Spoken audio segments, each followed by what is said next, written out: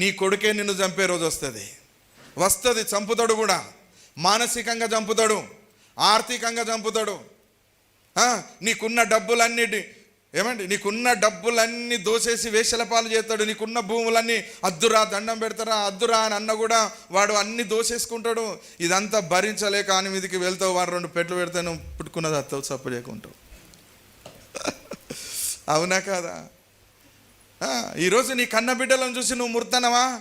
నీకు తెలుసా, ఒకవేళ నువ్వు మంచి వ్యక్తివి అయితే మురువు, కానీ నువ్వు మంచి వ్యక్తివి కాలేదు అంటే భయపడుతూ బతుకు. ఏ రోజైనా వీళ్ళతో నాకు అపాయం ఉంటుందని, ఏ రోజైనా వీళ్ళతో నాకు అపాయం ఉంటుంది, ఏ రోజైనా నా పాలెలతో నాకు అపాయం ఉంటుంది, ఏ రోజైనా నా అన్నదమ్ములతో నాకు అపాయం ఉంటుంది, ఏ రోజైనా నా కడుపున పుట్టిన వాళ్ళతో నాకు అపాయం ఉంటుంది.